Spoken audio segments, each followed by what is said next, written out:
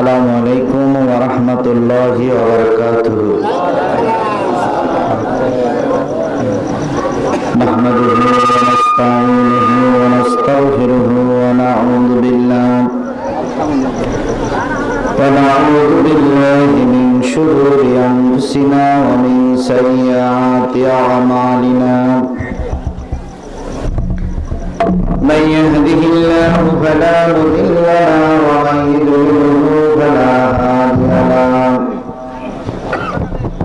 وأشهد أن لا إله إلا الله وحده لا شريك له الذي أرسله بالحق بشيرا ونذيرا وداعيا إلى الله بإذنه وسراجا منيرا فقد قال الله تعالى في كلامه المجيد وفرقان الحميد. أعوذ بالله من الشيطان الرجيم. بسم الله الرحمن الرحيم. يا أيها الذين آمنوا من يرتد منكم عن دينه فسوف يأتي الله بقوم يحبهم ويحبونه أذلة على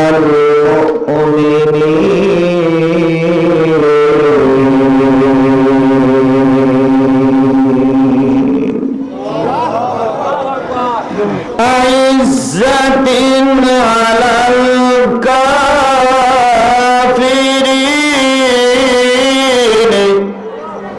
يجاهدون في سبيل الله ولا يخافون لومة لائم.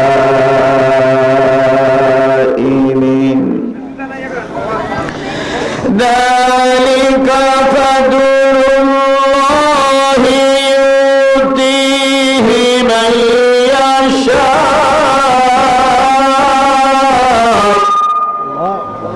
والله واسع عليم. إنما وليكم الله ورسوله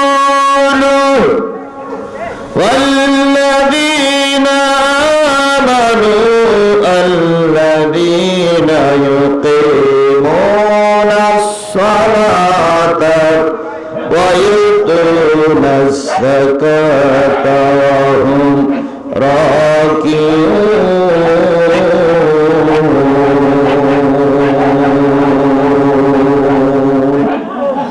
صدق الله المولانا العظيم.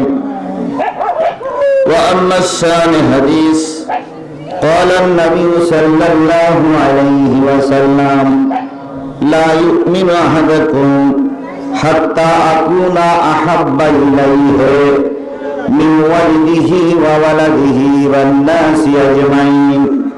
رواه مشكات أو كما قال رسول الله صلى الله عليه وسلم إن الله وملائكته يصلون على النبي يا أيها الذين آمنوا صلوا عليه وسلموا تسليما اللهم صل على محمد وعلى آل محمد كما صليت على إبراهيم وعلى آل إبراهيم إنك حميد مجيد اللهم بارك على محمد وعلى آل محمد كما باركت على إبراهيم وعلى آل إبراهيم إنك حميد مجيد لا إله لا إله لا إله لا إله إلا الله محمد رسول الله لا إله لا إله لا إله إلا الله محمد পাখির গানে গানে হাওয়ার টানে টানে ওই নামেরই সুর শোনা যায় হলে আপন হারা লা ইলাহা লা ইলাহা লা ইলাহা লা ইলাহা ইল্লাল্লাহ মুহাম্মাদুর রাসূলুল্লাহ লা ইলাহা লা ইলাহা لا إله إلا الله محمد رسول الله সকলে জবান খুলে একসাথে এক বাক্যে বলছি সাল্লাল্লাহু আলাইহি ওয়াসাল্লাম। করজগ্রাম উত্তরপাড়া মসজিদ মাদ্রাসা প্রাঙ্গণে অনুষ্ঠিত হচ্ছে নবম বার্ষিকী একদিন ব্যাপী ওয়াজ মাহফিল। আজকের এই ওয়াজ মাহফিলের শ্রদ্ধাভাজন সম্মানিত সভাপতি জনাব আলহাজ মোহাম্মদ তাহির উদ্দিন প্রামাণিক করজগ্রাম, সহসভাপতি জনাব মোহাম্মদ ফরিদ উদ্দিন প্রামাণিক করজগ্রাম। আজকের এই মাহফিলের সম্মানিত প্রধান অতিথি জনাব মোহাম্মদ ইসরাফিল আলম এমপি, সভাপতি বাংলাদেশ পল্লী উন্নয়ন সমবায় ফেডারেশন। আজকের এই মাহফিলের অন্যান্য দাওয়াতি অতিথিবৃন্দ, বিশেষ করে নাম আছে সিরাজুল ইসলাম বাবলু, চেয়ারম্যান ৬ নম্বর কালীগ্রাম ইউনিয়ন পরিষদ, জনাব আনিসার রহমান সাবেক চেয়ারম্যান ৬ নম্বর কালীগ্রাম ইউনিয়ন পরিষদ, জনাব আব্দুল গফুর সদস্য কালীগ্রাম ইউনিয়ন পরিষদ, জনাব মোহাম্মদ নুরুল ইসলাম, জনাব আবু বকর সিদ্দিক সহ আজকের এই মাহফিলের দাওয়াতি অতিথিবৃন্দ। আলোচনা করলেন হযরত মাওলানা রুহুল আমিন কুদ্দুস, ইমাম করজগ্রাম হাসপাতাল জামে মসজিদ, হাফেজ মোহাম্মদ সাদউদ্দিন বদলগাছি নওগাঁ সহ গর্বিত মায়ের গর্বিত সন্তান শ্রদ্ধেয় ওলামায়ে হযরত, এলাকার বিভিন্ন কুঠুর থেকে আগত দিনদার পরেজগার মুত্তাকি মুসলমান ভাই ও বন্ধুগণ, পর্দায় অবস্থানরত শ্রদ্ধাশীলা মা ও বোনেরা, সকলকে নিয়ে আবারও সালাম বিনিময় করছি। আসসালামু আলাইকুম ওয়া রাহমাতুল্লাহি ওয়া বারাকাতুহু। আল্লাহ পাকের দরবারে কোটি কোটি শুকরিয়া, যিনি আপনাকে আমাকে এই কোরআনের মাহফিলে কবুল করেছেন। এই এলাকার যে মানুষগুলো এখনো বাড়িতে বসে আছে, মাইকের আওয়াজ যতদূর পর্যন্ত পৌঁছাচ্ছে, সব মানুষগুলো যদি ঘর ছেড়ে কোরআনের মাহফিলে এসে বসে, বাইরের লোক আসার দরকার লাগবে না। কিন্তু এখন যদি হাত তুলতে বলি যে গ্রামের মানুষ কয়জন আর বাইরের মানুষ কয়জন, নিঃসন্দেহ বাইরের মানুষ বেশি হবে, আর গ্রামের মানুষ এখনো আসে নাই। ওনারা যে কখন আসবে আল্লাহই ভালো জানে। অথচ ওনারাই আমাদের দাওয়াত করে নিয়ে আসছে। যারা দাওয়াত করে নিয়ে আসছে তারা নাই, যারা দাওয়াত করিনি তারাই আসছে। মানে বাইরের লোক আমরা বেশি আছি, এলাকার লোক কম। এই জন্য প্রথম দাবি হলো এলাকার লোকদের উপরে, এই মাহফিল কিন্তু আগামীকাল এখানে আর হবে না। বছরে কয়বার হয়? একবার হয়। সবচেয়ে বড় দাবি হলো গ্রামের মানুষের এখানে চলে আসা। কেন আসবেন? এই মাইকের আওয়াজ যতদূর পর্যন্ত পৌঁছাবে, ততদূর পর্যন্ত অন্তত আজকের জন্য এই গ্রামের মানুষের গোলের আযাব আল্লাহ মাফ করে দিবেন। এখন আপনার আত্মীয় স্বজন কবরে শুয়ে আছে, আপনি যদি তাদেরকে ভালোবেসে থাকেন, যদি তাদের মুক্তি পাক এরা যদি আপনারা চান, তাহলে মাইকের আওয়াজ যতদূর পর্যন্ত যাচ্ছে সকলের কাছে অনুরোধ করছি, কোরআনের মাহফিলে এসে বসুন। আল্লাহ রসুলের বাড়ির পাশে বাড়ি ছিল আবু জেহেলের। আবু জেহেল কিন্তু কলেমা পড়ি নাই। কলেমা পড়েছিল কে? হযরত ওমর। ওমরের বাড়ি ছিল অনেক দূর। ওমর এসেছিলেন রসুলকে মারার জন্য। প্রতিমধ্যে ওমরের বিবেক খুলে গেল। রাসূলের কাল্লা নিতে এসেছিলেন।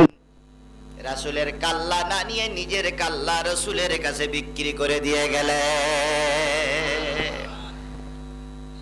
আর আবু জেহেলের বাড়ির পাশে নবীজির বাড়ি। সকাল সন্ধ্যা রাসূলকে দেখতেন। রাসূলের উপরে যখন ওহী নাযিল হতো, সে দৃশ্য আবু জেহেল দেখেছেন। কিন্তু আবু জেহেলের কপাল খারাপ, আবু জেহেল মুসলমান হয়নি। আমি আশা করব এই এলাকার মানুষের কপাল খারাপ না কপাল ভালো। যদি কপাল ভালো হয় তাহলে ঘর ছাড়বে, আর যদি এরপরও ঘর না ছাড়ে তাহলে বুঝতে হবে কপাল খারাপ হয়ে গেছে। আল্লাহ পাক আপনাকে আমাকে কবুল করুক কোরআনের জন্য। সকলে বলুন আমিন। পবিত্র রজবের চাঁদ চলছে। রজবের চাঁদে আজকের এই দিনে যে বা যিনি আপনাকে আমাকে মহব্বত করে, দয়া করে, মায়া করে কোরআনের মাহফিলে কবুল করেছেন, আমরা সে মালিকের দরবারে সর্বপ্রথম শুকর গুজার হচ্ছি। সকলে মিলে বলছি আলহামদুলিল্লাহ। সুখে থাকি আর দুঃখে থাকি, কার শুকরিয়া আদায় করতে হবে? যে অবস্থা এখন পার করছি এর থেকে অবস্থা খারাপ হতেও আবার যে কোনো মুহূর্তে আল্লাহ ভালো করে দিতে। ফেরাউন 1950 বছর রাজত্ব করেছিল। ফেরাউন কি আছে না চলে গেছে? নমরুদ 1750 বছর রাজত্ব করেছিল। নমরুদ আছে না চলে গেছে? আবার হযরত আদম আলাইহিস সালাম 950 বছর ছিল, তিনি আছেন না চলে গেছেন? সুতরাং নমরুদের চামচারা থাকবে, ফেরাউনের চামচারা থাকবে, আবু জেহেলের চামচারা যেমন থাকবে, তেমন আদমের উত্তরসূরি ইব্রাহিমের উত্তরসূরিরাও থাকবে। ফেরাউনের উত্তর উত্তরসূরিরা চাইবে না কোরআনের আলোচনা হোক, আর আদমের উত্তরসূরিরা চাইবে যে কোনো কায়দায় কোরআন চালু থাক। উভয় পক্ষের উত্তরসূরি আছে না নাই? সুতরাং আমরা আদমের উত্তরসূরি হব, ইব্রাহিমের উত্তরসূরি হব, আমরা কেউ ফিরাউনের উত্তরসূরি হব না। সুতরাং যে বিপদ এখন চলছে গোটা বিশ্ব মুসলমানের উপরে, এ বিপদ একদিন কেটে যাবে। এ বিপদ চিরকাল থাকবে না, থাকে না। সন্ধ্যাবেলা যে মেঘ হয়েছিল মনে করা গেল আজকের মাহফিল হবেই না, কিন্তু সে মেঘ কেটে দিয়ে আবার তারা বের করেছে কে? যে আল্লাহ মেঘ কেটে তারা দিয়া দিল, সেই আল্লাহ ছিল, সেই আল্লাহ আছে। এখন হয়তো মুসলিম মিল্লাতের উপরে অমাবস্যার রাত চলছে, কিন্তু একদিন রাত থাকবে না, একদিন কোরআন ওয়ালারাই ময়দানে থাকবে। ভালো করে বলো মুসলমান, এদেশ কোন কাফের মুশরিকের দেশ নয়, এটা মুসলমানদের দেশ, এটা ওলি আল্লাহর দেশ, এটা আলেম ওলামাদের দেশ। সুতরাং আলেম ওলামারা ছিল, আলেম ওলামারা আছে, কিয়ামত পর্যন্ত আলেম ওলামারাই থাকবে। যদি কেউ মনে করো আলেম ওলামাদের এই দেশ থেকে নির্বাসন দিয়ে দিবা, একদিন তুমি নির্বাসিত হবা, আলেম ওলামা ঠিকই থেকে যাবে। সুতরাং এই রজবের চাঁদে যিনি আপনাকে কোরআনের মাহফিলে কবুল করেছেন, আমরা তার শুকরিয়া আদায় করছি, সকলে মিলে বলছি আলহামদুলিল্লাহ। কার শুকরিয়া আদায় করলাম? আল্লাহর শুকরিয়া আদায় করলে আল্লাহ খুশি হয় না বেজার হয়? আর আলহামদুলিল্লাহ এই কথাটা, এই বাক্যটা মেনে নিতে পারে না একজন, তিনি কে? না, আলহামদুলিল্লাহ এই বাক্যটা সহ্য করতে পারে না, মেনে নিতে পারে না, তিনি কে? এই ইবলিস শয়তানকে আমাদের এই মজলিসে আছে বলে মনে হয়? আছে, আছে। ও বেটা সব জায়গায় থাকে, মসজিদেও থাকে না? মসজিদে যদি একটু ভাগ হয়ে যায়, ইমাম সাহেব বলে ভাগ পূরণ করে নেন, নতুবা শয়তান দাঁড়াবে। নামাজ পড়তে যায় মুসলমান, শয়তান ওখানে কি করতে যাবে? শয়তানের কি কাজ? শয়তান কি মসজিদে যায়? যায়। যদি নাই যায় তাহলে জুতো চুরি করে কারা?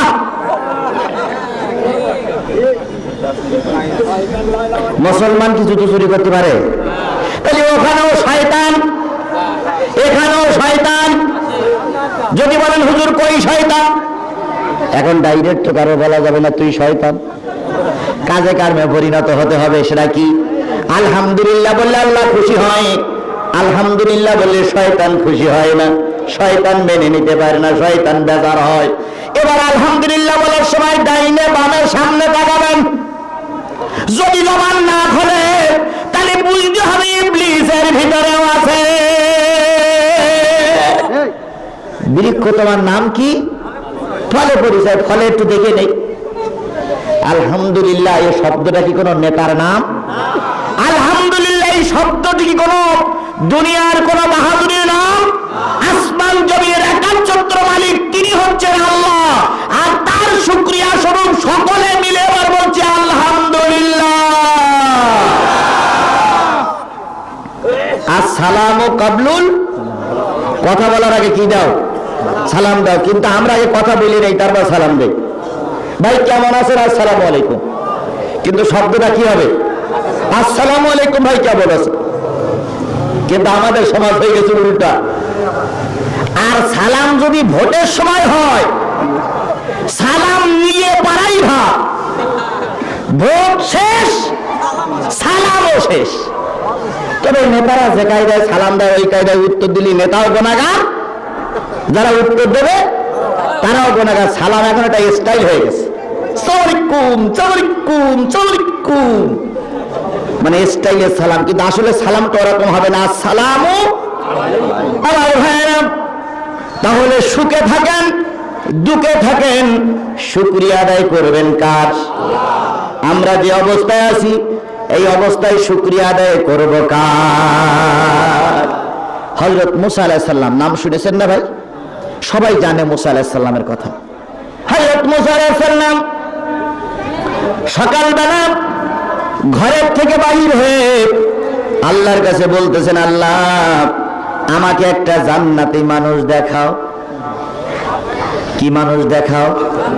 জান্নাতি মানুষ। যেই লোকটা জান্নাতে যাবে সেই লোকটারে দেখাও। একটু কেন উলট পালট হয়ে গেল। হযরত মুসা আলাইহিস সালাম সকালবেলা বাহির হয়ে বলতেছে, আল্লাহ আমাকে একটা দোজখী মানুষ দেখাও। আল্লাহ বললেন, 4 রাস্তার মুখে চলে যাও। মুসা আলাইহিস সালাম 4 রাস্তার মুখে দাঁড়ালেন। হঠাৎ করে পূর্ব দিক থেকে পশ্চিম দিকে একটা লোক যাচ্ছে, সাথে একটা ছোট্ট বাচ্চা আছে। আল্লাহ বললেন, ও মুসা, এই লোকটা জাহান্নামী। মুসা আলাইহিস সালাম লোকটারে দেখে বলতেছে, হায় রে পোড়া কপাল, তোরে আল্লাহ জাহান্নামী বানাই দিল। তুই এমন কি অন্যায় করেছিস যে আল্লাহ তোরে জাহান্নামী ঘোষণাই দিয়ে দিয়েছে? চলে গেলেন লোকটি।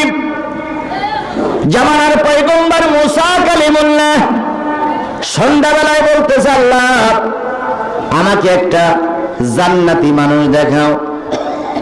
আল্লাহ পাক বললেন, মুসা যেইখানে জাহান্নামী মানুষ দেখেছিলে ওই জায়গায় যেয়ে দাঁড়াও, আমি তোমার একটা জান্নাতি মানুষ দেখাবো। হযরত মুসা চলে গেলেন। সন্ধ্যা হব ভাব লক্ষ্য করলেন, সকালবেলা যেই লোকটি একটা বাচ্চার সাথে করে নিয়ে চলে গেছিল ওই লোকটি আবার ফিরে আসতেছে। আমার আল্লাহ বললেন, মুসা এই লোকটা আল্লাহর জান্নাতি। মুসা কয়, আল্লাহ তোমার চোখ ঠিক থাকতে না পারে, আমার চোখ বলো ঠিক আছে। আল্লাহ কয়, কেন? তুমি তো বললে ওই লোকটা দোজখী, আবার এখন বলতেছো ওই লোকটা জান্নাত, তোমার বেরেন ঠিক আছে তো? আল্লাহ কয়, তা তো ঠিক আছে। কয়, তাহলে সকালবেলার জাহান্নামী লোকটি সন্ধ্যাবেলা জান্নাতি হলো কি করে একটু বলে দাও। ভালো করে শোনো মুসলমান। আল্লাহ পাক বললেন, মুসা রে, সকালবেলা জাহান্নামী ঘোষণা দেওয়ার পর ওই লোকটি চলে যাচ্ছিলেন, সাথে একটা কে আছে? মুসা বললেন, সাথে একটা বাচ্চা আছে। কই কিছু দূরে যাওয়ার পরে ওই বাচ্চাটা জিজ্ঞেস করলেন, আব্বা এটা কি? এটা হলো মাঠ। এই বড় মাঠের চাইতে বড় জিনিস কি আর কিছু আছে? লোকটি বললেন, বাগান রে, এই বড় মাঠের চাইতে বড় হলো পাহাড়। পাহাড়ের চাইতে বড় কি? পাহাড়ের চাইতে বড় হলো নদী। নদীর চাইতে বড় কি? নদীর চাইতে বড় হলো আসমান। আসমানের চাইতে বড় কি? আসমানের চাইতে বড় আল্লাহ। আল্লাহর চাইতে বড় কি? লোকটি তখন বললেন, বাগান রে, তোর প্রশ্নের উত্তর আর কি দেব? আসমানের চাইতে আল্লাহর চাইতে বড় হলো আল্লাহর রহমত। আল্লাহ চাইতে বড় কি? আল্লাহর রহমত। আর আমি সেই রহমতের আশায় আছি, যদি মালিক আমার পরে রহমত করে আমার মতন গুনাহগারকে আল্লাহ মাফ করে দিতে পারে। মুসা রে, এই লোকটার কথা শুনে আমি ওই লোকটার জীবনের সব গুনাহ মাফ করে দিয়েছি। এই জন্য সকালবেলা ছিল জাহান্নামী, সন্ধ্যায় হয়ে গেছে কি? জান্নাতি। আমার ভাইয়েরা, যতগুলো লোক বাড়ির থেকে এখানে আসছেন, যদি এই বিশ্বাস হয় আল্লাহ রহমত করে আপনার মাফ করে দিতে পারে, এসেছিলেন গুনার বোঝা মাথায় করে নিয়ে, যখন ফিরে যাবেন জান্নাতি মানুষ হয়ে ফিরে যেতে পারে। এই জন্য সকল ব্যাপারে তাওয়াক্কুল করব কার উপরে? সেই আল্লাহর উপরে তাওয়াক্কুল করে আমরা আল্লাহর কোরআনের মাহফিল শুরু করছি। আল্লাহ পাক তৌফিক দিয়েছেন, এই জন্য আবারও শুকরিয়া আদায় করছি, আলহামদুলিল্লাহ। প্রশংসা করি আমি আল্লাহ তাআলার, বিশ্বজাহান সৃষ্টি হলো কুদরতে যাহার। জ্ঞান বিজ্ঞান শিল্পকলা আবিষ্কারক যত, খোদার মহিমা তারা গাইছে অবিরত। মাটির মানুষ চন্দ্র গেল কুদরতি যাহার, প্রশংসা করি আমি আল্লাহ তাআলার। ফুলগুলো সব নানান রঙের কেমন করে হয়, পাতাগুলো সবুজ কেন ফুলের মতো নয়, ডিমগুলো সব একই রকম পার্থক্য নাই মোটে, সাদা কালো বাচ্চাগুলো কেমন করে ফোটে। আমরা সবাই বাস করি একই পৃথিবীর অঙ্গে, হাতের লেখা মুখের চেহারা মেলে না কারোর সঙ্গে। আরে মেলে না গলার আওয়াজ, মুড়ি আঙুলির টিপ, আল্লাহ তাআলা আছেন একজন, প্রমাণ হইল ঠিক। বিশ্ব মানবতার শ্রেষ্ঠ বন্ধু, সমস্ত নবী রাসূলদের শ্রেষ্ঠ রাসূল, আমাদের প্রিয় ভাজন নেতা, যার সুপারিশ ছাড়া কোনো মানুষ জান্নাতে যেতে পারবে না, সেই নন্দিত নেতার নামে লক্ষ কোটি দুরূদ আর সালাম সকলে মিলে বলছি সাল্লাল্লাহু আলাইহি ওয়াসাল্লাম। সম্মানিত উপস্থিতি, আমরা অন্যান্য মাহফিলে দিয়ে তাফসীর মাহফিল শুনি, কিন্তু আজকে ভাইরা দিয়েছে ওয়াজ মাহফিল। কি মাহফিল? ওয়াজ মাহফিল। আমার জীবনে আমি কমই যাই এবং কমই হয়, অধিকাংশ ক্ষেত্রে তাফসীর মাহফিল হয়। আজকের নামটা কি? ওয়াজ মাহফিল। তাহলে ওয়াজ মাহফিল যেটা নাম, আমাদের তো সেইটাই করা লাগবে। আমরা আজকে একটু ওয়াজ করতে চাই। এখন ওদের ধারণা কি? আল্লাহ নবী বলেন আদ-দীনু সালাসাতুন, আদ-দীনু সালাসাতুন, আদ-দীনু সালাসাতুন। দিন হলো নসিহাত, দিন হলো নসিহাত, দিন হলো নসিহাত। কুল্লা লিমান, ইয়া রাসূলুল্লাহ, সেই নসিহাত গুলো কি? হুজুর বললেন যখন ওয়াজ করবা, তোমরা যখন নসিহাত করবা, তখন তোমরা 5টা জিনিস খেয়াল রাখবা। কয়টা জিনিস? 5টা জিনিস। আদ-দীনু নাসিহাতুন সালাসান কুল্লা লিমান ক্বালা লিল্লাহি ওয়া লিকিতাবিহি ওয়া লিরাসূলিহি ওয়া লিআইম্মাল মুসলিমিনা ওয়া আম্মাতিহিম।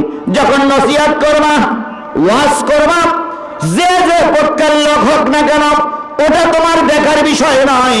তোমার বিষয় হলো তুমি যখন নসিহাত করবা, যখন ওয়াজ করবা, তখন তোমার ভিতরে 5টা জিনিস থাকা লাগবে। এই 5টা জিনিস যে ওয়াজের ভিতরে নাই, সেটা ওয়াজ না। 5টা জিনিস যে নসিহাতের ভিতরে নাই, সেটা নসিহাত না। সুতরাং ওয়াজ দিয়েছেন, 5টা বিষয়ের আলোচনা করাই লাগবে। যদি নাই করতে পারেন, তাহলে ওয়াজ দেওয়ার দরকার নাই।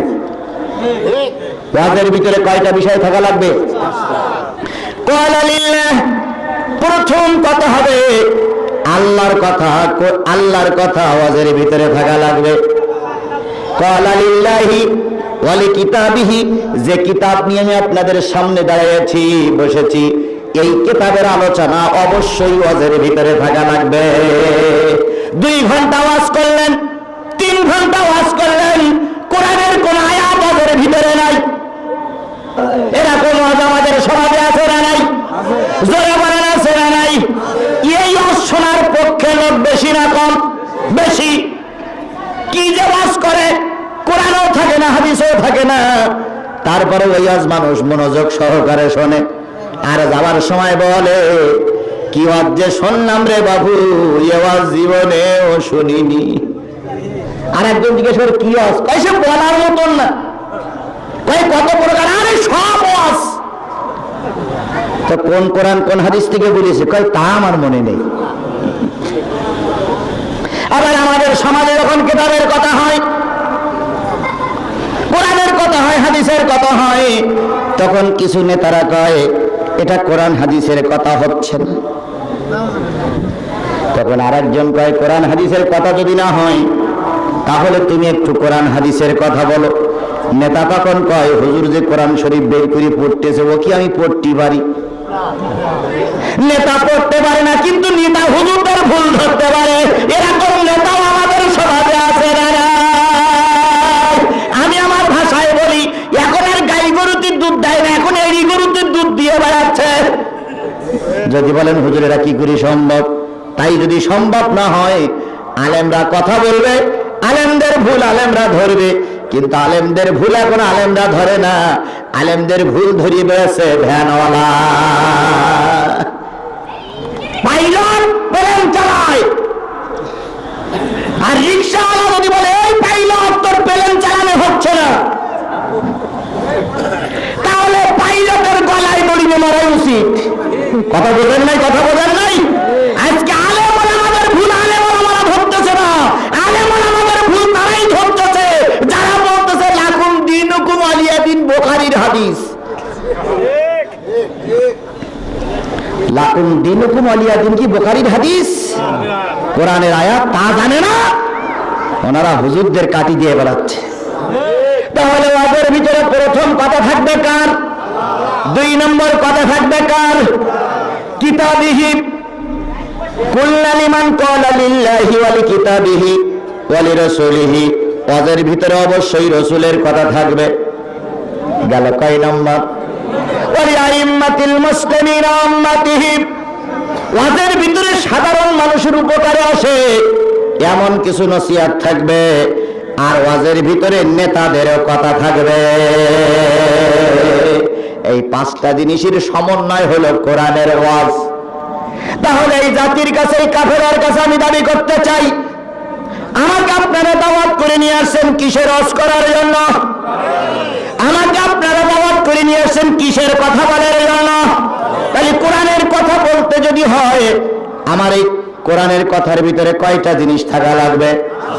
আল্লাহর কথা থাকা লাগবে, কিতাবের কথা থাকা লাগবে, রাসূলের কথা থাকা লাগবে, সাধারণ মানুষের উপকারে আসে এমন কিছু কথা থাকা লাগবে।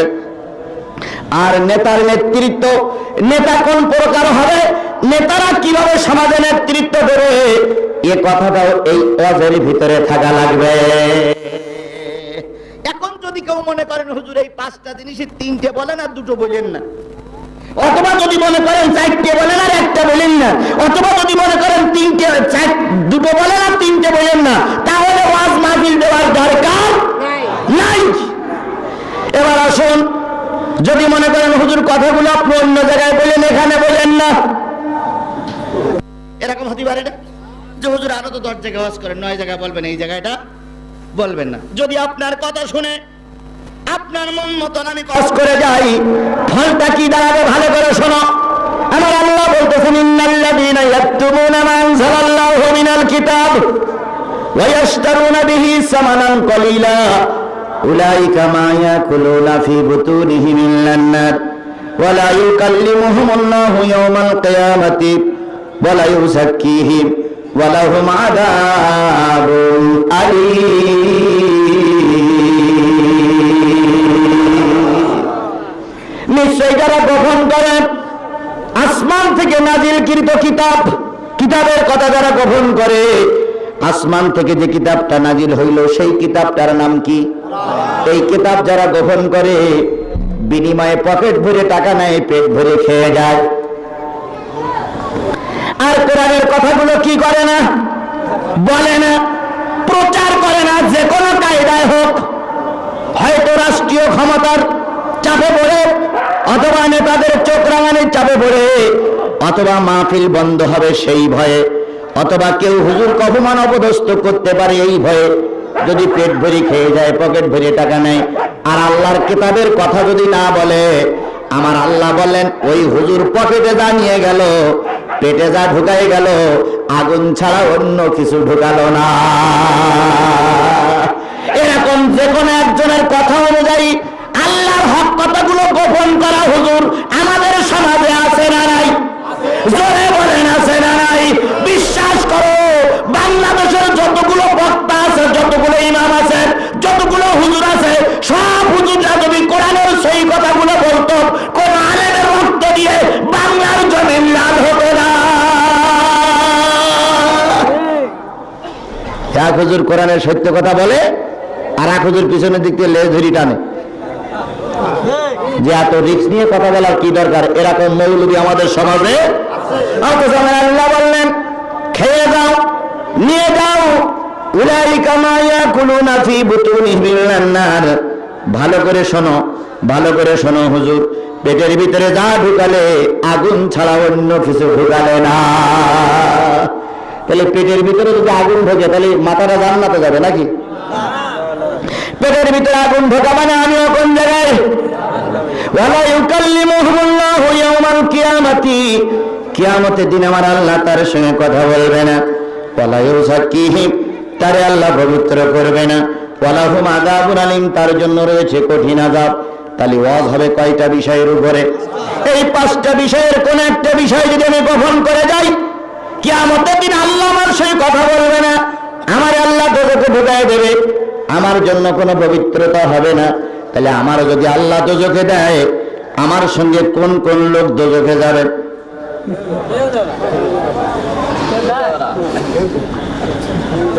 যাবেন না?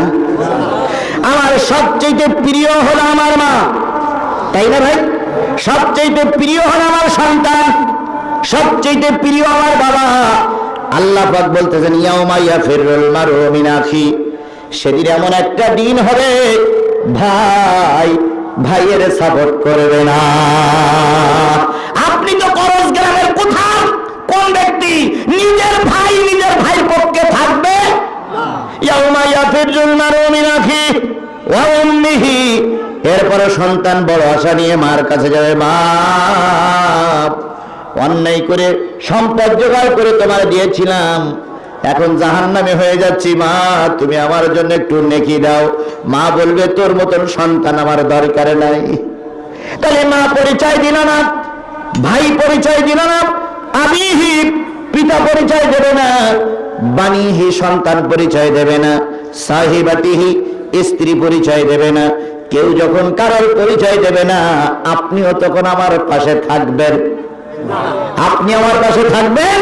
সুতরাং ভালো করে বলো করজ গ্রামের মুসলমানেরা, যতক্ষণ আল্লাহ আমাদের বাঁচিয়ে রেখেছে, আল্লাহর কোরআন রাসূলের হাদিস ধর্মের কথা আলোচনা হবেই হবে, ইনশাআল্লাহ।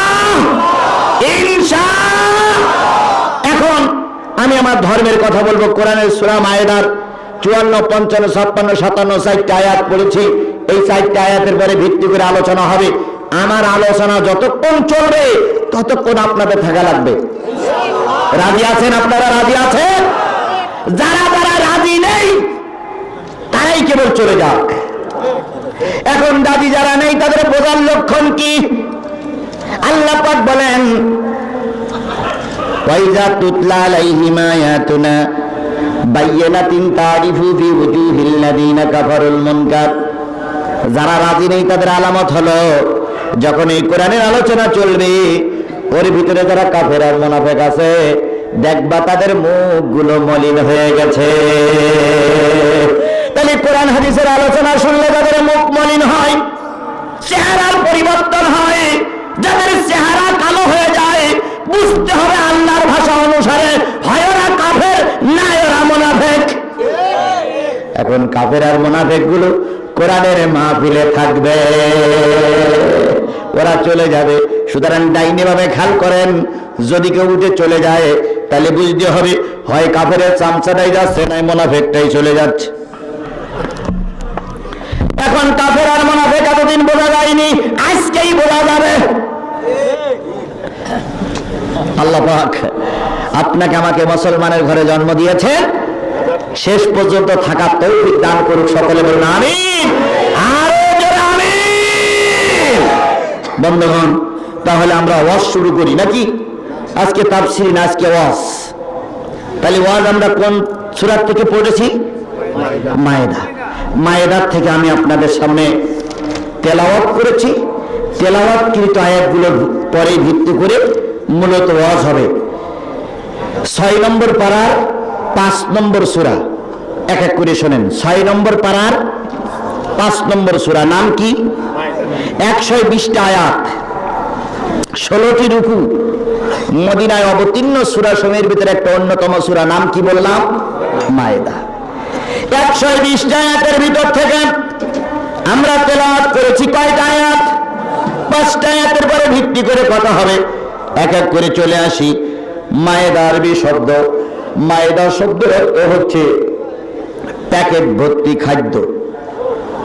মায়েদা শব্দের অর্থ হচ্ছে দস্তরখানা। মায়েদা শব্দের অর্থ কি? দস্তরখানা। যেই ব্যক্তির বাড়ি 4টে খানা আছে, বুঝতে হবে ওই পরিবারটা মুসলিম পরিবার। কয়টা খানা? 4টা খানা। যেই ব্যক্তির বাড়ি আছে সেই ব্যক্তিকে বুঝতে হবে এই বাড়িটা মুসলিম পরিবার। যদি মেয়ে দেখতে যাও অথবা ছেলে বিয়ে দিতে যাও অথবা মেয়ে বিয়ে দিতে যাও, তুমি যদি টুপিওয়ালা হও আর একজনের বাড়ি গিয়ে 4টা জিনিসের খোঁজ নিও। এই 4টা জিনিস যার বাড়ি আছে সেটা হলো মুসলিম পরিবার। 1 নম্বর, যার বাড়ি দস্তরখানা আছে। যে ব্যক্তি দস্তরখানায় খাদ্য রেখে খানা পিনা করে, বুঝতে হবে ওই পরিবারটা মুসলিম পরিবার। আজকে আমরা কি বলে ডাইনিংয়ে খাই, স্পেশাল চেয়ারে বসে খাই, অধিকাংশ লোকের বাড়ি দস্তরখানা নাই। নবী আমার বলেন লাল কাপড় পরা পুরুষের জন্য হারাম, কিন্তু কোন পুরুষ লোক যদি লাল দস্তরখানায় রেখে খাদ্য খায়, পরিষ্কার লাল দস্তরখানায় রেখে যদি খাদ্য খায়, সাধারণ খাদ্যের চাইতে 70 গুণ বেশি বরকত আল্লাহ পাক ওই খাদ্যের ভিতরে দিয়ে দেবে, যেই ব্যক্তি লাল দস্তরখানার পরে রেখে খাদ্য খায়। হযরত ওসমান গনি রাদিয়াল্লাহু তাআলা আনহু দিন দিন ধনী হয়ে যাচ্ছে। নবী জিজ্ঞেস করেন, ওসমান এত ধনী হও কেন, এত সম্পদ আল্লাহ তোমার বানায় দেয় কেন? হযরত ওসমান গনি বললেন, হুজুর আমি 2টা কাজ বেশি করি। একটা কাজ হলো সব কাজে আল্লাহর শুকরিয়া আদায় করি, কখনো না শুকরিয়া করি না। আর 2 নম্বরে দস্তরখানা ছাড়া আমি খাদ্য খাই না। কোন খাদ্য যদি বালিতে পড়ে যায়, ওই বালিটার থেকে খাদ্যটা ধুয়ে আমি আমার খানা খাই, এই জন্য আল্লাহ পাক বেশি বরকত দিয়ে দেবে। সুতরাং আজকের থেকে সবাই নিয়ত করবো, যারা আওয়াজ শুনতে আসছে, 1 নম্বর আমল হলো দস্তরখানা বাড়ি থাকলে আলহামদুলিল্লাহ, যদি না থাকে আগামীকাল থেকে দস্তরখানা বানাই নেব ইনশাআল্লাহ। আচ্ছা একটু ইন্টারভিউ নেব, কারণ অনেকবার ইন্টারভিউ নিলে খেপে যায় যে আসলে একটু শুনতে, এখানে ইন্টারভিউ চলতেছে। সেটা হলো, আবার একজনদের নিয়েন না, সেটা হলো সত্যি কথা। একটু হাত তোলেন তো, কার কার বাড়ি দস্তরখানা আছে? দেখেছেন ধরা পড়ে গেছে, মানে শতকরা মনে হয় 10-15 জনের বাড়ি দস্তরখানা আছে। আজকে থেকে দস্তরখানা বানায় নেবেন। দস্তরখানা যদি লাল না হয়, যদি বানানো না থাকে, খাওয়ার আগে যে কোনো একটা কাপড় নিচে বিছাই নেবেন, পরিষ্কার কাপড়, অথবা একটা খবরের কাগজ, যে খবরের কাগজে ভালো খারাপ ছবি নাই, এরকম খবরের কাগজও যদি বিছাই নেন, ওই বিছাই নেওয়া খবরের কাগজে খাদ্যটা পড়ে গেলে যেন খুঁটে খাওয়া যায়, তুলে খাওয়া যায়, ওতেও আল্লাহ বরকত দিয়ে দেবে। তাহলে 1 নম্বর, যেই লোকের বাড়ি দস্তরখানা নাই, ওটা মুসলিম পরিবার বলা যায় না। 2 নম্বর হলো গোসলখানা। 2 নম্বর কি? গোসলখানা। আলাদা গোসলখানা থাকা লাগবে। নারী আর পুরুষ একই পুকুরে গোসল করা চলবে না, আলাদা গোসলখানা থাকবে পর্দার সঙ্গে। যে ব্যক্তির বাড়ি আলাদা পর্দার সঙ্গে গোসলখানা আছে, বুঝতে হবে ওটা হলো মুসলিম পরিবার। 3 নম্বর হলো বৈঠকখানা। বৈঠকখানা বলেন কোন জায়গায়? আলাদা ঘর, যেই ঘরে শুধু বাইরের মেহমানরা থাকবে, নিজের স্ত্রী, মেয়ে, মা ওই ঘরের ভিতরে প্রবেশ করবে না। প্রবেশ যখন করবে তখন বাইরের মেহমান থাকবে না। এর নাম হলো বৈঠকখানা। আজকে যদি কিছু লোকের বাড়ি দস্তরখানা আছে, কিন্তু শতকরা 99 জন লোকের বাড়ি বৈঠকখানা নাই। বৈঠকখানা কোনটা আছে? যে ঘরে স্বামী স্ত্রী ঘুমায় ওইটাই বৈঠকখানা। বন্ধুরে ঘরে নিয়ে আসলো, বন্ধুরে ঘরে নিয়ে এসে বসালো, স্ত্রী পরিচয় করাই দিয়ে বন্ধু গেল বাজারে।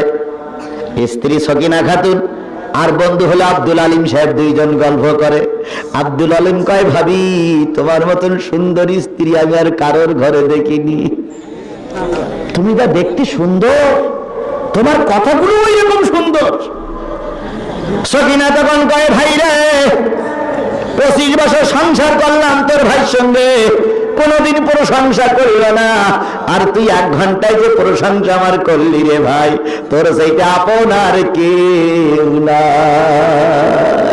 খেলা বলো শুরু। কিছুদিন পরে দেখা গেল সকিনা খাতুন আব্দুল আলিমের সঙ্গে চলিয়া গিয়াছে। চলে যাওয়ার একটাই মাত্র কারণ হলো পর্দা নাই। আজকে আমার সমাজে সুন্দর নারী পাওয়া যায়, কোরআন শরীফ পড়া নারী পাওয়া যায়, শিক্ষিত নারী পাওয়া যায়, কিন্তু আমার সমাজে পর্দাশীলা নারী পাওয়া যায় না। কি করে পাওয়া যাবে? আমাদের দেশের 9-10 পড়া মেয়েরা যখন স্কুলে যায়, স্কুলের ম্যানেজিং কমিটি অথবা স্কুলের শিক্ষক বিভিন্ন কায়দায় এরা যাতে বোরকা না পড়ে সেজন্য নিরুৎসাহিত করা হয়।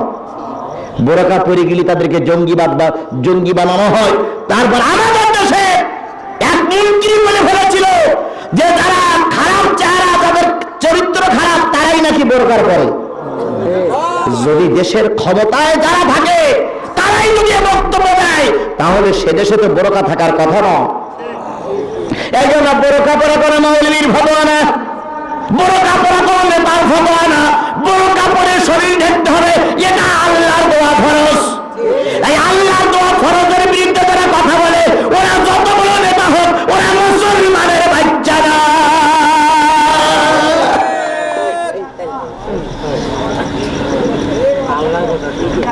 এরকম নাফরমান, এরকম খোলার দুশমন আমাদের সমাজে আছে না নাই? জোরে বলেন আছে না নাই? অনেক জায়গায় দেখা গেছে বোরকা পরে ক্লাসে যাওয়ার কারণে স্যারেরা, মাস্টারেরা মেয়েটারে বের করে দিয়েছে। এরকম বাংলাদেশেই হয়েছে, অথচ বাংলাদেশটা হচ্ছে মুসলিম প্রধান দেশ। এই জন্য জায়গাখানে বৈঠকখানা নাই, বুঝতে হবে ওই ঘরটা হলো ইসলামে ঘর না। তাহলে কয়খানা পাওয়া গেল? নাম বলেন। 1 নম্বর হলো দস্তরখানা, 2 নম্বর কি? গোসলখানা, 3 নম্বর কি? বৈঠকখানা, 4 নম্বর পায়খানা।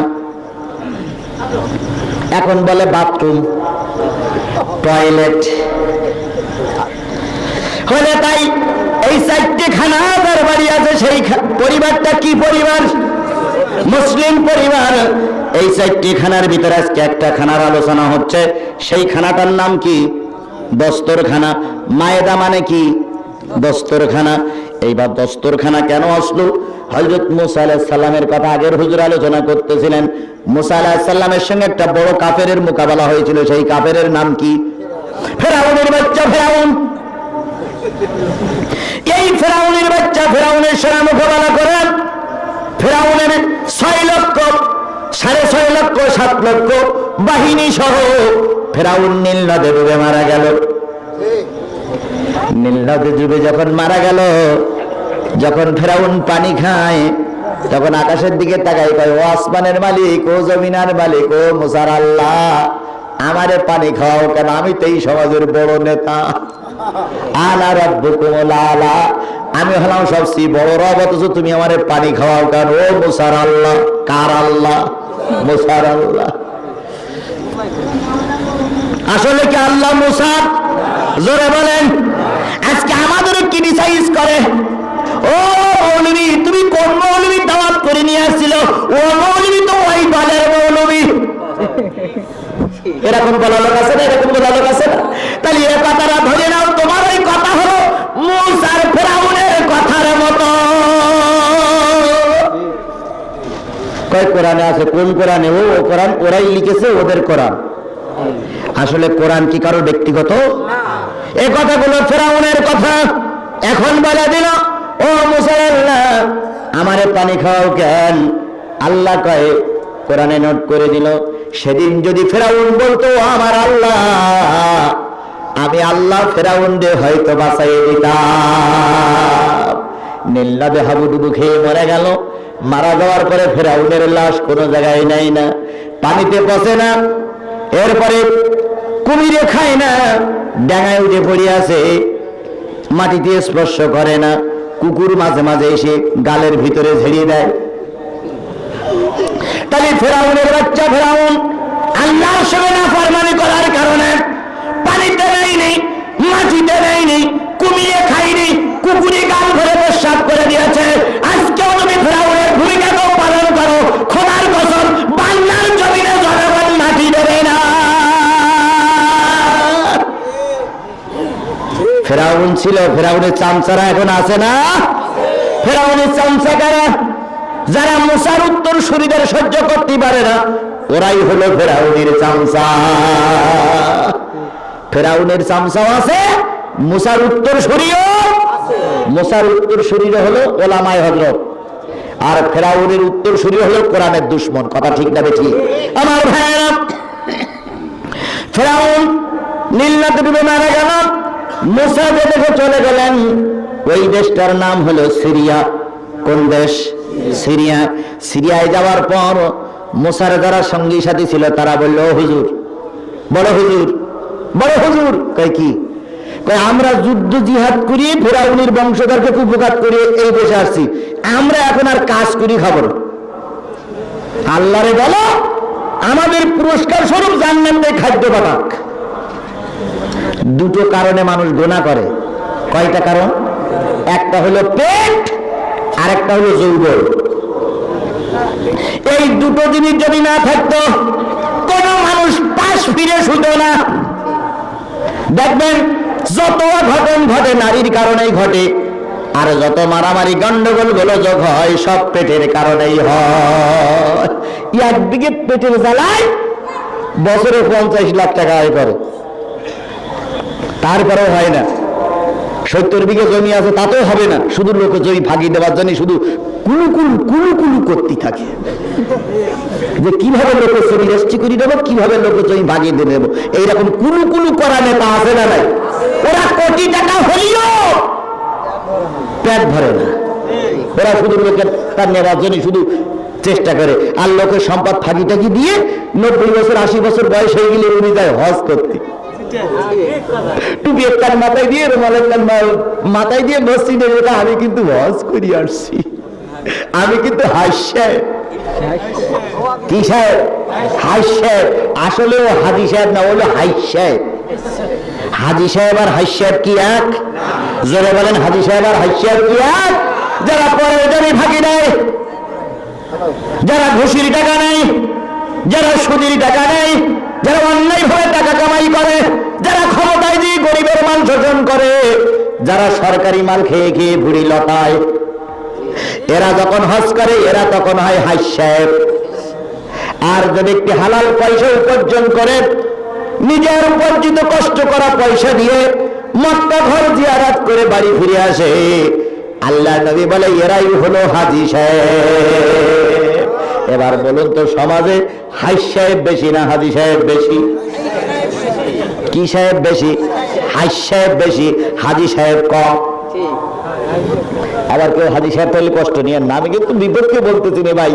ভালো হয় হজ করার পরপরই জীবনের সব গুনাহ মাফ, কিন্তু খারাপ হবে যতবার হজ করবেন কোন হজ দিয়ে নাজাত পাওয়া যাবে না। কারণ আব্দুল্লাহ বিন উবাই ইবনে সুলুল কিন্তু হজ কম করেনি, কিন্তু সে যাবে কোন জায়গায়? জাহান্নামে। সুতরাং হজ করলেই মাফ পাওয়া যাবে না। পরের জমি ভাগে দিয়েছো, পরের সম্পদ পেটের ভিতরে ঢুকেছো, রিলিফের মাল ঢুকেছো, পরের জিনিস খেয়ে এখন নেতা হয়েছো, তোমার এই নেতার জায়গাও দাম নেই আল্লাহর কাছে।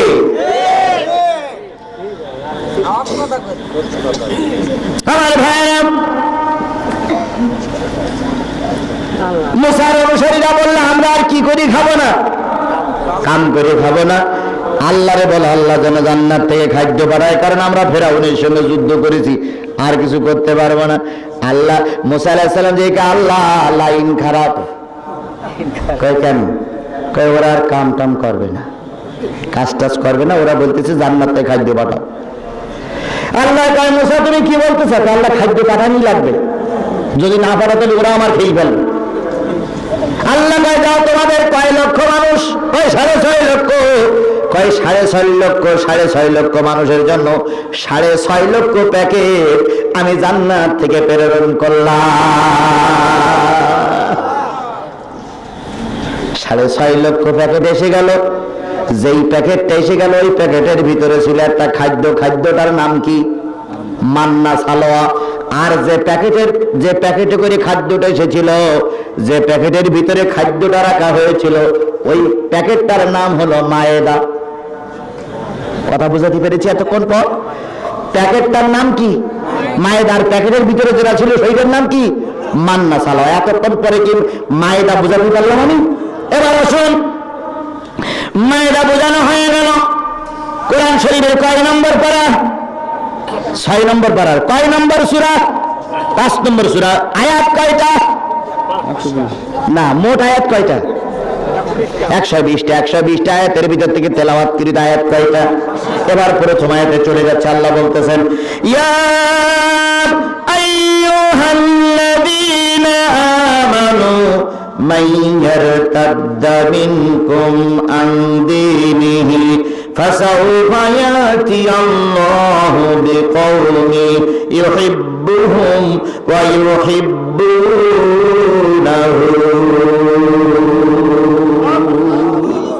হে ঈমানদারেরা, হে পরশগ্রামের মুসলমানেরা, এটা কোন থানা?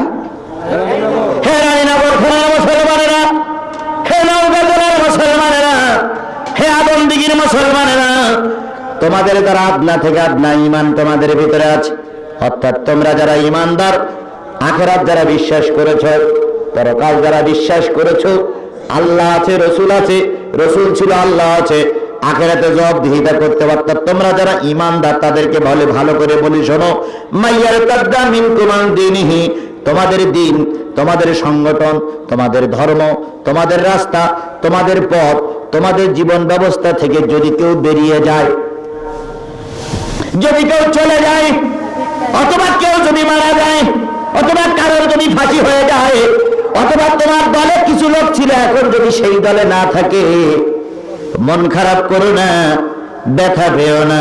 ফাসাউফা ইয়াতি আল্লাহু বিকওমিন, আমি অতি তাড়াতাড়ি এমন একটা কওম ওই জায়গায় ঢুকাই দেব যেই কওম আমাকে ভালোবাসবে আর আমি আল্লাহ তাদের ভালোবাসব।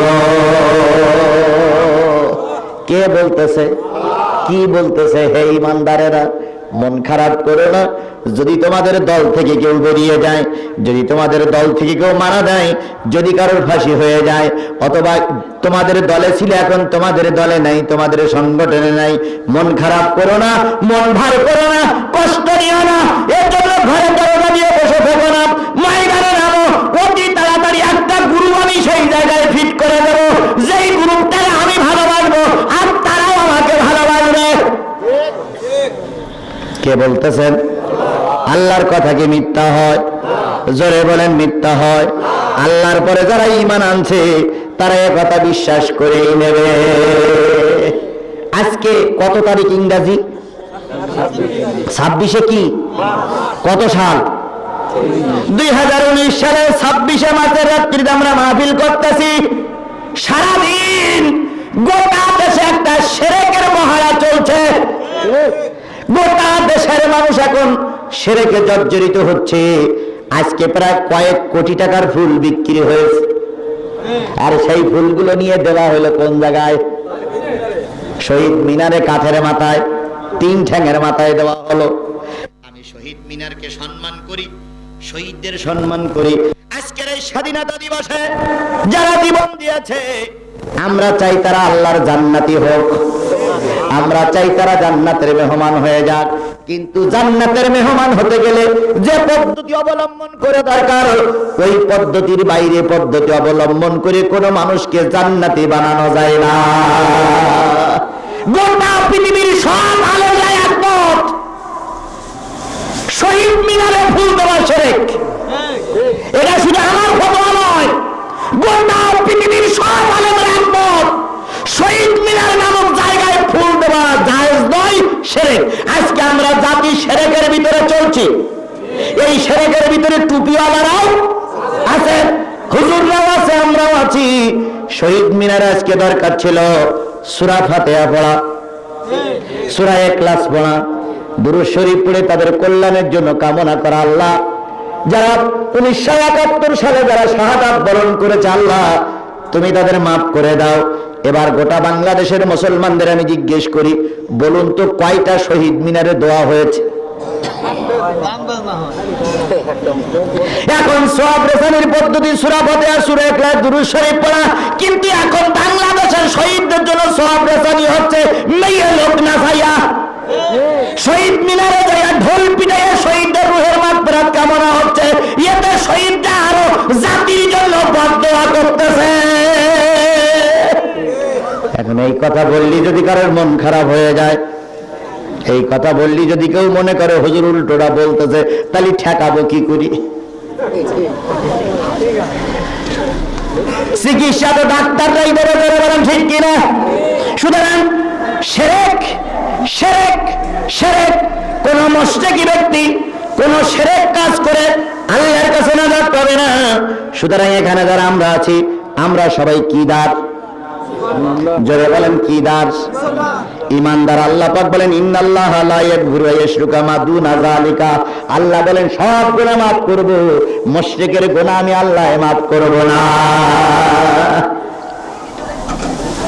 সুতরাং শিরক করা যাবে না। কারো আদেশ? জোরে বলেন কার আদেশ? যত বড় মৌলবী হোক, শিরকের ভিতরে জড়াই পড়লে আল্লাহ মাফ করবে না। আজকে আমরা রাত্রিতে দোয়া করব, আমরা দোয়া করব, কে কি করেছে না করেছে ওটা দেখার দরকার না। আমরা দোয়া করব আল্লাহ দেশ স্বাধীনের জন্য যারা জীবন দিয়েছে তাদেরকে যেন আল্লাহ মাফ করে দেয়।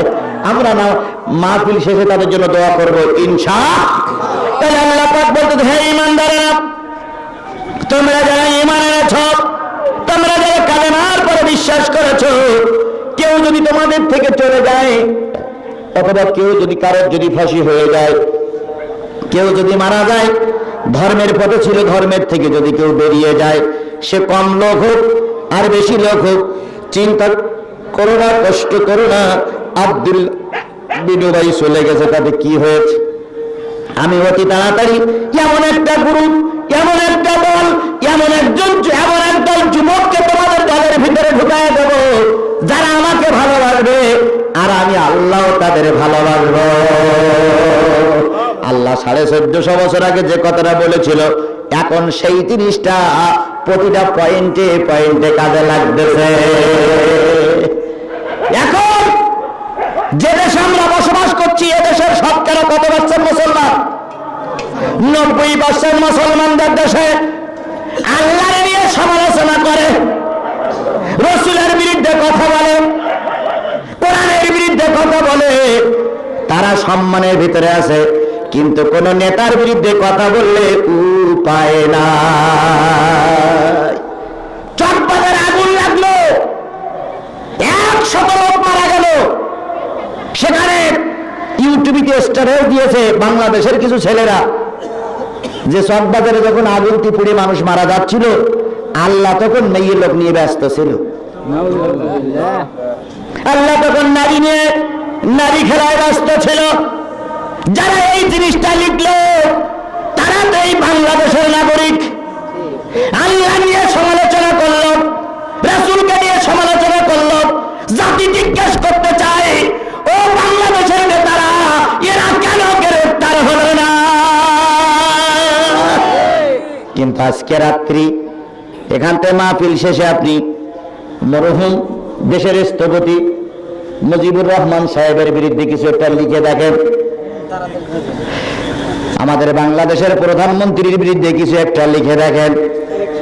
সকালবেলা হওয়ার আগে তুমি যদি 7 মাইল মাটির তলায়ও থাকো, সেখান থেকে তোমার ঘাট ধরি বের করে আনা হবে।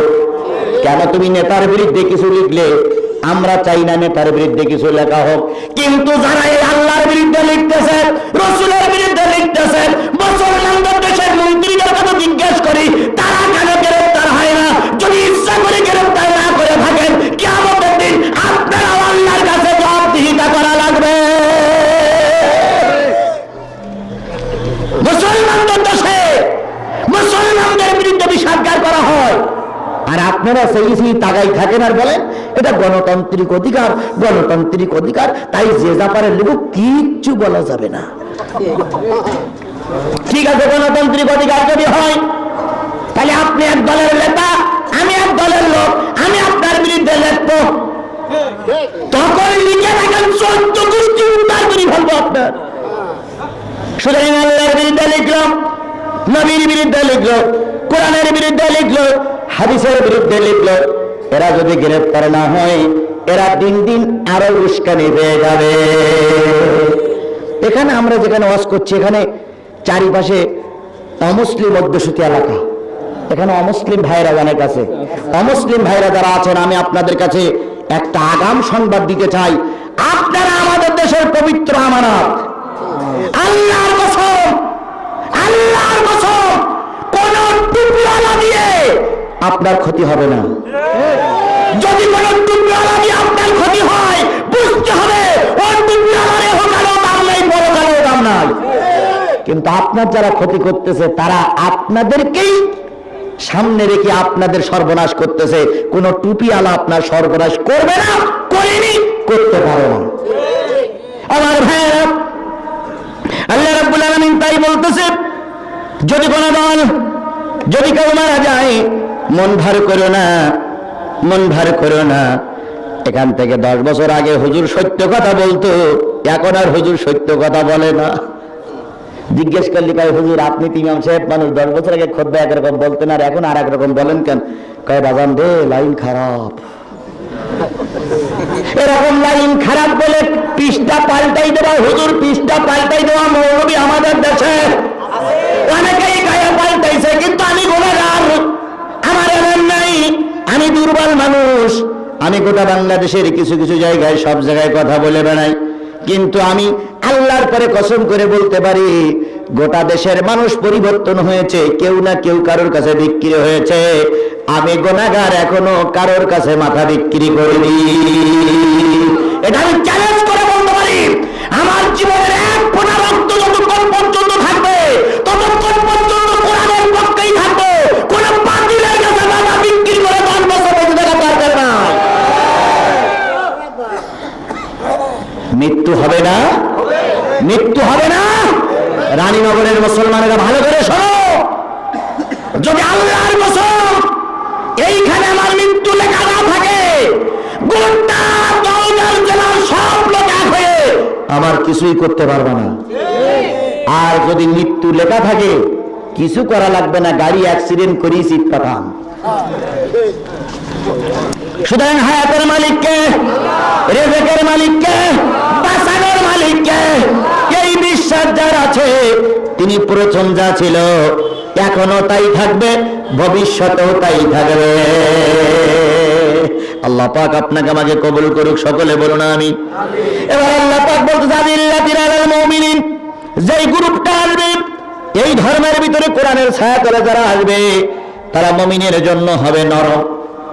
মুমিনের জন্য হবে কি? নরম। তারা না খেয়ে মুমিনের খাওয়াবে, না পড়ে মুমিনের পড়াবে, নিজে ঘর বাড়ি ছেড়ে দিয়ে মুমিনকে সাহায্য করবে। এরকম মুমিন আগেও ছিল, এখনো আছে।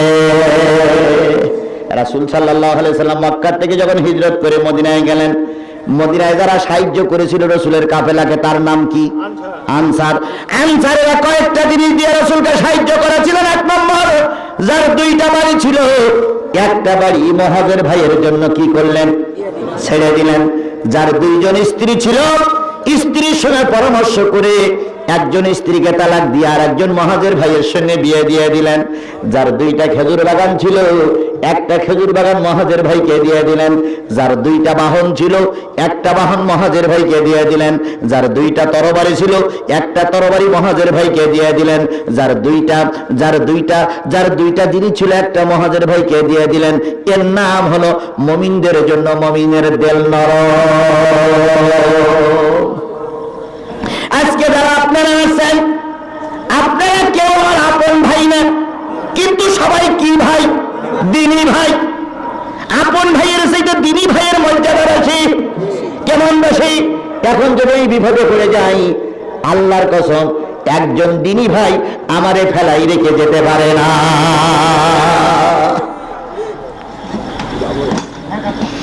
যদি যাই তাহলে বলতে হবে ও দ্বীনি ভাই না, ও দুনিয়ার ভাই। এখন আপনারা কি দুনিয়ার ভাই না দ্বীনি ভাই? জোরে বলেন, দুনিয়ার ভাই না দ্বীনি ভাই? দ্বীনি ভাই নিজে না খেয়ে আরেক ভাইরে খাওয়ায়, দ্বীনি ভাই নিজে না পড়ে আরেক ভাইরে পড়ায়, দ্বীনি ভাই নিজে রাত্রে জেগে আরেক ভাইরে খেদমত করে, কিন্তু দ্বীনি ভাইয়ের কোনো ক্ষতি হতে দেয় না। এর নাম হলো দ্বীনি ভাই। আল্লাহ পাক তাই বলতেছে, যারা মুমিন হবে তারা মুমিনের জন্য নরম দিলের হবে। আইজ্জাতিন আলাল কাফিরিন, আর এরা কাফেরদের জন্য হবে শক্ত, কোন অবস্থায় কাফেরের সঙ্গে আপোষ করবে না। আজকে কাফেরের সঙ্গে, মুশরিকের সঙ্গে, বেঈমানের সঙ্গে, ইহুদির বাচ্চা ইহুদির সঙ্গে, মুনাফিকের সঙ্গে আমাদের আপোষ চলছে। মুমিনের আমাদের খেয়াল নেই। মুমিন ব্যক্তি রক্ত ঝরতেছে, মুমিন ব্যক্তি রক্ত দিচ্ছে, মুমিন ব্যক্তি ফাঁসির কাষ্টে ঝুলতেছে, মুমিন ব্যক্তি জেল খাটতেছে, মুমিন ব্যক্তি বিপদে পড়ে গেছে। আর একজন টুপিওয়ালা কয়, নিশ্চয়ই ওই হুজুরির দোষ ছিল, নতুবা জেলে গেল কে? এরকম টুপিওয়ালা মিসকে হাসি দিয়ে এক টুপিওয়ালার বিরুদ্ধে বক্তব্য দেওয়া টুপিওয়ালা আমাদের সমাজে জোরে বলেন, আরো জোরে বলেন, আছে না নাই? আমি বলি টুপিওয়ালা, আমি বলি হুজুর, আমি বলি মসজিদের ইমাম, তোমার বগলে এখনো চুল উঠিনি, তুমি ইসলামের সঠিক ইতিহাস জানো না।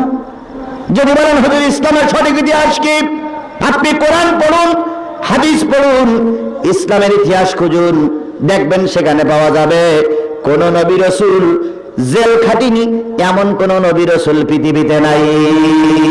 সব নবী রাসূলদের ধর্মের কথা বলতে যে, কোরআনের কথা বলতে যে, দ্বীনের কথা বলতে যে জেল খাটতে হয়েছে। দুইজন পয়গম্বর জেল খাটেন নাই মাত্র, সব পয়গম্বর জেল খাটেছেন। যে দুইজন পয়গম্বর জেল খাটেন নাই সেই দুইজন পয়গম্বরের নাম বলতে পারবেন? একজন হলো আদম আলাইহিস সালাম, আর একজন হলো সুলাইমান পয়গম্বর। এই দুই পয়গম্বর ছাড়া আর সব নবীদের জেল খাটতে হয়েছে। মুসলিম মিল্লাতের পিতার নাম কি? ইব্রাহিম খলিলুল্লাহ। ইব্রাহিম খলিলুল্লাহ নমরুদের জেল খেটেছে, 40 দিন রিমান্ডে ছিল ওই অগ্নিকুণ্ডের ভিতরে। সুতরাং জাতির আব্বা যদি জেল খাটতে পারে, জাতির আব্বা যদি রিমান্ডে যেতে পারে, তুমি যদি সন্তান হও আর তোমার বাবার পথে যদি তুমি চলো, তোমারও রিমান্ড হবে, তোমারও জেল হবে। দুই একজন কয় আমি একটু বুদ্ধি শুদ্ধি করে চলি, আমি একটু হেকমত করে চলি, এই জন্য আমার আর জেল টেল হয় না। এরকম ইবলিসের চামচা আছে না? তুমি বুদ্ধি করে চলো বলে তোমার জেল হয় না, তাহলে বোঝা গেল নবীর চাইতে তোমার বুদ্ধি বেশি। নবী কম বুঝতো, তুমি বেশি বোঝো। নবী কম বুঝতো বলে জেল খেটেছে, আর তুমি বেশি বলে বোঝো বলে তোমার জেল হয় না। এরকম টুপিওয়ালা আমাদের সমাজে। আর একজন ব্যক্তি জেল খাটেনি, তিনি হচ্ছেন সুলাইমান পয়গম্বর। সুলাইমান পয়গম্বর 10 বছর বয়সে মসনদ পেয়েছিল। কয় বছর বয়সে মসনদ পেয়েছিল? 10 বছর বয়সে মসনদ পেয়েছিল। এই 10 বছর বয়সে মসনদ পাওয়ার কারণে সুলাইমান পয়গম্বরেরও জেল খাটা লাগেনি, আর বাকি সব নবীদের কম বেশি জেল খাটা লেগেছে। আগে ওলিদের ব্যাপারে যান, এমন কোন আল্লাহর ওলি ছিল না যে ওলিদের রক্ত দিতে হয়নি। এমন কোন পীর সাহেব ছিল না যে পীর সাহেবের কষ্ট করা লাগেনি। আর এখনকার তথাকথিত পীরা কিচ্ছুই করে না, ওনারা শুধু খায় আর ভুড়ি লতাচ্ছে আর কয় আমরা হলাম হক্কানি পীর। বিল্ডিং এর পরে বিল্ডিং চাপায়, নামাজি লোক মুরিদ হলি হয়ে যাবে নামাজি, পদ্মাশিলা লোক মুরিদ হলি হয়ে যাবে পদ্মাশিলা।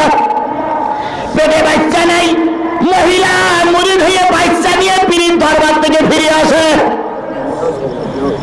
এরাই হলো আমাদের সমাজের তথাকথিত পীর। অথচ শাহজালালের দরবারে যান, শাহজালাল যখন ইয়েমেন থেকে এসেছিল, 2টা জিনিস তার কাছে ছিল। বুকে ছিল কোরআন, হাতে ছিল তরবারি। বুকে ছিল কি? আল্লাহর কোরআন বুকে নিয়ে শাহজালাল তরবারি উঁচু করে বলেছিল, ও সিলেটের মানুষ শোনো, হয় কোরআনের ফয়সালা মানবা, নতুবা তরবারি দিয়ে ফয়সালা হবে। আজকে যদি বাংলার পীরগুলো, বাংলার পীর নয় পৃথিবীর পীরগুলো যদি এই লাইনে চলতো, আল্লাহর কসম মুরিদ যারা হতো তারা কোরআনওয়ালা হয়ে যেত। কিন্তু এখন পীরের দরবারে যে দেখা গেল আমি একলা নামাজি আর ওরা সব 99টা বেনামাজি। তা ওরা বিনামাজি যখন, তার আমার আর নামাজ পড়ি কি হবে? সাইয়্যিদা নামাজ। আমার মুখী আছে দাড়ি, পীরের মুখী নেই দাড়ি। এরকম পীর আছে না? সে পীরের নাম আমি নাই বললাম, উনি হলেন পীরজাদা। পীরজাদা, মুখী নেই দাড়ি, পিছনে আছে দাড়ি, মানে সামনে দাড়ি নেই কিন্তু পিছনে দাড়ি আছে। এই পিছনে দাড়িওয়ালা পীরজাদা ওনার দরবারে গিয়ে শুধু জেকেরেই চলতেছে, হারাইলাম ধন মান কি রতন, আর কি ফিরে পাবো তোমার, তোমার জন্যে কান্দে। এরা হলো পীরজাদা। এদের কাছে গেলে নামাজ থাকে না, সুতরাং সত্যিকার পীর যারা হয় তাদের কাছে গেলে মানুষ পরিবর্তন হয়ে যায়। এবার বলুন তো, জাতির কাছে জিজ্ঞেস করি, সব নবীরা দাওয়াত দিয়েছিল বেনামাজির কাছে না নামাজির কাছে? সব নবীরা দাওয়াতি কাজ করেছিল মুসলমানদের কাছে না অমুসলমানদের কাছে? তাই অমুসলমানরা যেই নবীর দাওয়াত শুনে মুসলমান হয়েছে সেই নবী হলো উৎকৃষ্ট নবী। তাহলে আজকের পীরদের বলি, নবীরা দাওয়াতি কাজ করেছে অমুসলিমদের কাছে, যারা দাওয়াত শুনে বেশি লোক মুসলমান হয়েছে সেই হলো সবচেয়ে হক্কানি পীর। তোমরাও দাওয়াতি কাজ করতেছ, যদি তোমার দাওয়াতি কাজ শুনে অমুসলিম মুসলমান হয়, বুঝতে হবে তোমার কাজ আর নবীর কাজ এক আছে। আর এই কাজটা যিনি করেছিলেন, যার হাতে প্রায় 2000 অমুসলিম কালেমা পড়ে মুসলমান হয়েছিল, যিনি গোটা বিশ্বের সব জায়গায় কালেমার ঝান্ডা নিয়ে ঘুরে বেড়াচ্ছিল, জাতির কি নির্মম পরিহাস, তিনি এখন বন্দিশালায় বন্দী।